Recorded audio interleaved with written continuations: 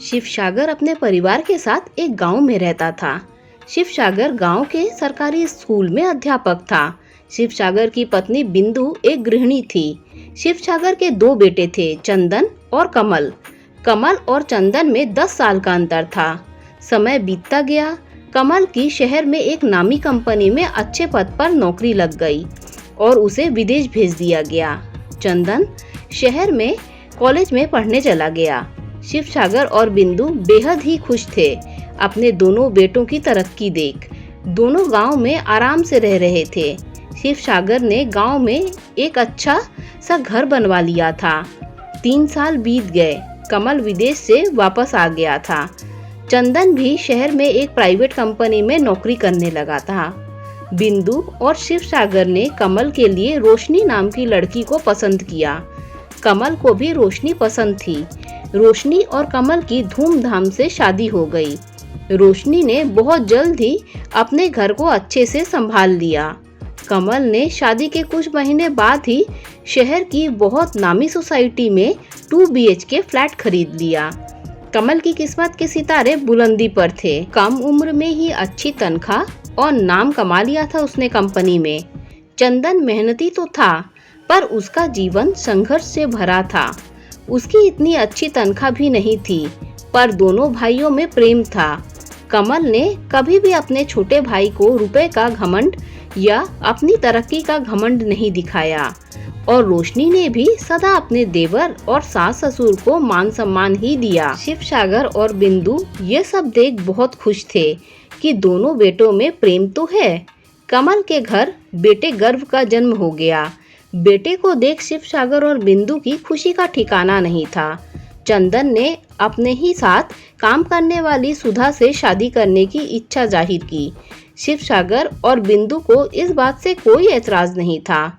बिंदु तो सोचने लगी, अच्छा है, वैसे भी चंदन आर्थिक रूप से ज़्यादा सक्षम नहीं है। दोनों पति पत्नी मिलकर आराम से अपनी गृहस्थी चलाएंगे। सुधा चंदन देवास में रहते थे। कमल, रोशनी और उनका बेटा गर्व मुंबई में। शिवसागर और बिंदु गांव में रहते थे। सब अपने जीवन से खुश और सुखी थे। सब में आपसी प्रेम भी था। एक दिन शिवसागर रात में सोए पर सुबह नहीं उठे। उनकी मृत्यु हो गई थी। घर में मातम छा गया। दोनों बेटे बहू गांव आए। 15 दिन बीत गए। शहर जाने से पहले दोनों बेटों ने बिंदु को अपने साथ चलने को कहा। बहुओं ने भी बहुत बार कहा, पर बिंदु ने जाने से इनकार कर दिया कि वहां जाकर क्या करूंगी, इस घर में बहुत सी यादें हैं, मैं कुछ दिन यहीं रहूंगी। दोनों बेटे बहू वापस चले गए। शिवसागर के जाने के बाद बिंदु टूट सी गई थी। कुछ दिन गांव में रहने के बाद अब उसे अकेलापन खलने लगा था। बिंदु ने सोचा दोनों में से किसी एक बेटे के पास चली जाती है। फिर सोचने लगी, छोटी बहू तो नौकरी करती है और कोई बच्चा बच्ची भी नहीं है, तो वहाँ भी अकेले ही रहूंगी। वे दोनों तो सुबह से जाएंगे और शाम को आएंगे, इसीलिए कमल के पास चली जाती हूँ। बड़ी बहू और पोते के साथ मन लगा रहेगा। बिंदु ने कमल को कॉल किया और बोली, तू आकर मुझे ले जा। कमल ने अपने ड्राइवर को बिंदु को लेने के लिए भेज दिया। बिंदु शहर आ गई थी। बहू पोते के पास उसका मन लगने लगा था। कमल सुबह से ऑफिस जाता और शाम को लौटता। ठंड के दिन चल रहे थे। रोशनी ने बिंदु से कहा, माँ, आप गाजर, मूली और गोभी का मिक्स अचार बना दो ना, गर्व को बहुत पसंद है। बिंदु ने बड़े प्यार से मिक्स अचार और आंवले का मुरब्बा बनाया। रोशनी ने थोड़ा अचार और मुरब्बा अपने पड़ोस के फ्लैट में रहने वाली श्यामली को दे दिया। श्यामली के बच्चों को अचार मुरब्बा बहुत ही अच्छा लगा। श्यामली अगले दिन रोशनी के घर मिलने आई और बिंदु से बोली, आंटी जी, आपने बहुत ही अच्छा अचार मुरब्बा बनाया था, क्या आप मेरे घर आकर बना देंगी? मेरे बच्चों को बहुत ही अच्छा लगा। बिंदु श्यामली को इनकार न कर सकी और उसके घर जाकर अचार मुरब्बा बना आई। एक दिन रोशनी ने अपनी सहेलियों के साथ पिकनिक जाने का प्लान बनाया। बिंदु ने जब सुना तो उसने तरह तरह के पकवान बना दिए। रोशनी बिंदु को भी अपने साथ ले गई। सभी ने बिंदु द्वारा बनाए गए पकवानों की खूब तारीफ की। एक दिन रोशनी की एक खास सहेली की बेटे का जन्मदिन था। उसने 8-10 लोगों को खाने पर बुलाया था। रोशनी की सहेली ने फोन कर रोशनी से कहा तेरी सास बहुत ही अच्छा खाना बनाती है, क्या वो मेरे घर आकर खाना पकाएंगी? मेरी काम वाली उनकी मदद कर देगी प्लीज। रोशनी ने कहा ठीक है, मैं माँ से बात करती हूँ। रोशनी ने बिंदु से बात की तो बिंदु ने खुशी खुशी हाँ कर दिया। खाना खिलाने और बनाने का बिंदु को पहले से ही बहुत शौक था और उसके हाथों के खाने में स्वाद भी बहुत था। बिंदु रोशनी की सहेली के घर खाना बनाने गई। सबने खाने की बहुत तारीफ की। उसके बाद तो जैसे सिलसिला शुरू हो गया। कभी रोशनी की किसी सहेली के यहाँ तो कभी सोसाइटी में किसी के यहाँ बिंदु को खाना बनाने बुलाया जाता और इस काम के लिए उसे पैसे भी दिए जाते। बिंदु खुश थी कि उसका मन लग गया था। इस काम में उसे पैसों से मतलब नहीं था, तो वो ये काम समय बिताने के लिए और मन लगाने के लिए करने लगी थी। रोशनी भी खुश थी कि उसकी सास खुश है, पर ये सब जान के कमल खुश नहीं था। उसे बिंदु का लोगों के घर जाकर खाना बनाना खटकने लगा था। उसने रोशनी को भी कहा कि माँ को समझाए, पर रोशनी ने इस बारे में कभी बिंदु से बात नहीं की। एक दिन रविवार था। कमल देर से सोकर उठा। तब तक बिंदु किसी के घर खाना बनाने चली गई थी। दोपहर को जब बिंदु लौटी तो कमल सोफे पर बैठा हुआ था। कमल ने बिंदु को देखा, उसकी साड़ी पर हल्दी के दाग थे। कमल ने कहा, माँ क्या जरूरत है ये सब करने की तुम्हें? बिंदु ने कहा, अरे कमल, मन लगा रहता है और शरीर भी स्वस्थ रहता है, इसीलिए कर लेती हूँ। कमल ने कहा, माँ मुझे तुम्हारा काम करना पसंद नहीं है, अब कोई ज़रूरत नहीं है ऑर्डर लेने की। बिंदु ने कहा, अरे मैं ठीक हूँ, मुझे खाना बनाना बहुत पसंद है, मैं एक दिन में 5 ऑर्डर भी पूरे कर सकती हूँ, अभी मुझ में इतनी ताकत है। कमल ने गुस्से में कहा, माँ बात ताकत की नहीं इज्जत की है, क्यों मुझे नीचा दिखा रही हो लोगों में? अरे लोग क्या सोचेंगे कि बेटा इतना कमा रहा है और माँ को इस तरह यूं लोगों के घर में खाना बनाने भेज रहा है। माँ मुझे बहुत शर्म आती है, आपको ऐसे काम करते देख कम से कम मेरी इज्जत का तो ख्याल करो। बिंदु ने कहा, ठीक है, तुझे नहीं पसंद है तो नहीं करूँगी, बस तुम नाराज मत हो। बिंदु ने कह तो दिया, पर मन ही मन उसे बहुत बुरा लगा। आज पहली बार कमल ने इस तरह से बात की थी। बिंदु अपने बेटे को नाराज नहीं करना चाहती थी, इसीलिए सोचा ठीक है, अब से ये काम नहीं करेगी। एक दिन रोशनी की पड़ोसन श्यामली आई और बिंदु से बोली, आंटी जी प्लीज कल मेरी शादी की सालगिरह है, आप 10-12 लोगों का खाना बना देंगे? बिंदु ने इनकार कर दिया, बोली बेटी अब मैंने ऑर्डर लेने बंद कर दिए। श्यामली ने कहा, आंटी जी एक बार मेरी मदद कर दीजिए, फिर मत करिएगा, आप बहुत ही अच्छा खाना बनाती हैं। रोशनी भी बोली, माँ ठीक है, पड़ोस में ही तो जाना है, चले जाओ, वैसे भी कमल ऑफिस में रहेंगे तो उन्हें पता भी नहीं चलेगा। बिंदु ने हाँ कह दिया। अगले दिन सुबह कमल के ऑफिस जाने के बाद बिंदु श्यामली के घर खाना बनाने चली गई और दोपहर को आ भी गई। शाम को रोशनी और उसका परिवार भी श्यामली के यहाँ खाने खाने गया। खाना खाने के बाद बातों ही बातों में श्यामली के पति ने कमल से कहा कि सच में आपकी माँ के हाथों में जादू है, बहुत ही अच्छा खाना बनाती है, पर समझ नहीं आता उन्हें इस उम्र में ये काम करने की क्या ज़रूरत है।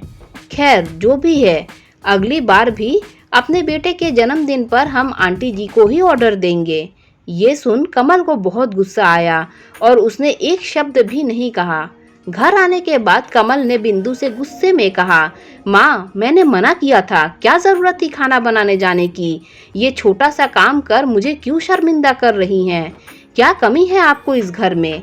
बिंदु ने कहा, कोई कमी नहीं है और इसमें शर्मिंदगी की क्या बात है? कमल ने कहा, मैं आपको समझा समझा कर थक गया हूँ, यदि आप नहीं समझना चाहती हैं और ये सब करना चाहती हैं तो इस घर से चले जाइए।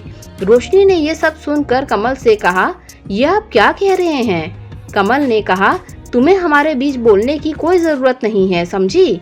बिंदु चुपचाप बैठी रही, सोचने लगी कमल को ये काम छोटा लग रहा है और इससे उसकी इज्जत खराब हो रही है।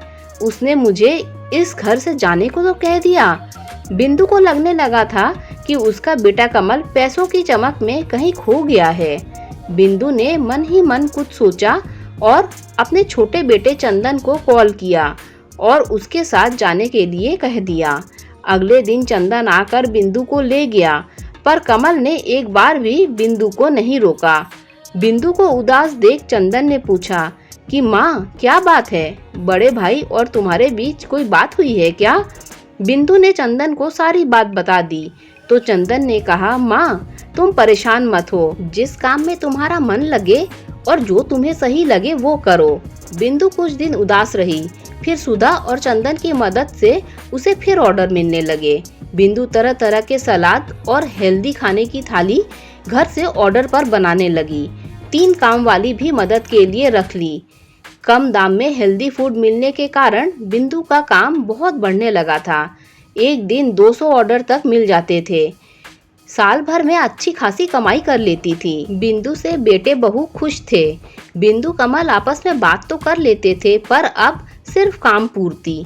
एक दिन सिटी न्यूज़पेपर में बिंदु के बारे में एक लेख छपा, जिसमें बिंदु के खाने और काम की तारीफ की गई थी और उसके साथ ही उसके ग्राहकों के रिव्यू भी लिखे हुए थे।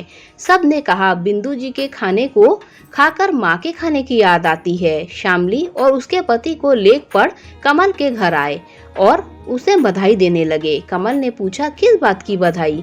श्यामली के पति ने कहा, अरे आपने अखबार में देखा नहीं, आपकी माँ ने बहुत नाम कमा लिया है अपने छोटे से काम से। सच में आंटी जी तो बहुत ही हुनर वाली निकली। कमल ने लेख पढ़ा जिसमें नीचे बिंदु ने लिखा हुआ था कि कोई भी काम छोटा या बड़ा नहीं होता। छोटे से छोटे काम को मन लगाकर और ईमानदारी और मेहनत से करे तो सफलता जरूर मिलती है। हम चाहे कितने भी अमीर क्यों ना हो जाए, पर कभी भी किसी छोटे काम को करने में शर्म नहीं करनी चाहिए, क्योंकि शुरुआत हमेशा छोटे काम से ही होती है। फिर धीरे धीरे ही इंसान ऊंचाइयों को छूता है। कमल को लेख पढ़ अपने दिन याद आ गए। जब कॉलेज पास किया था तो किसी तरह 8 महीने तक एक छोटी सी कंपनी में काम किया था। माँ बाबूजी सबसे झूठ कहा था कि नौकरी बड़े कंपनी में लगी है। कितनी मेहनत की, कितने बॉस के ताने सुने, कड़वे अनुभव के बाद बड़ी कंपनी में नौकरी लगी थी।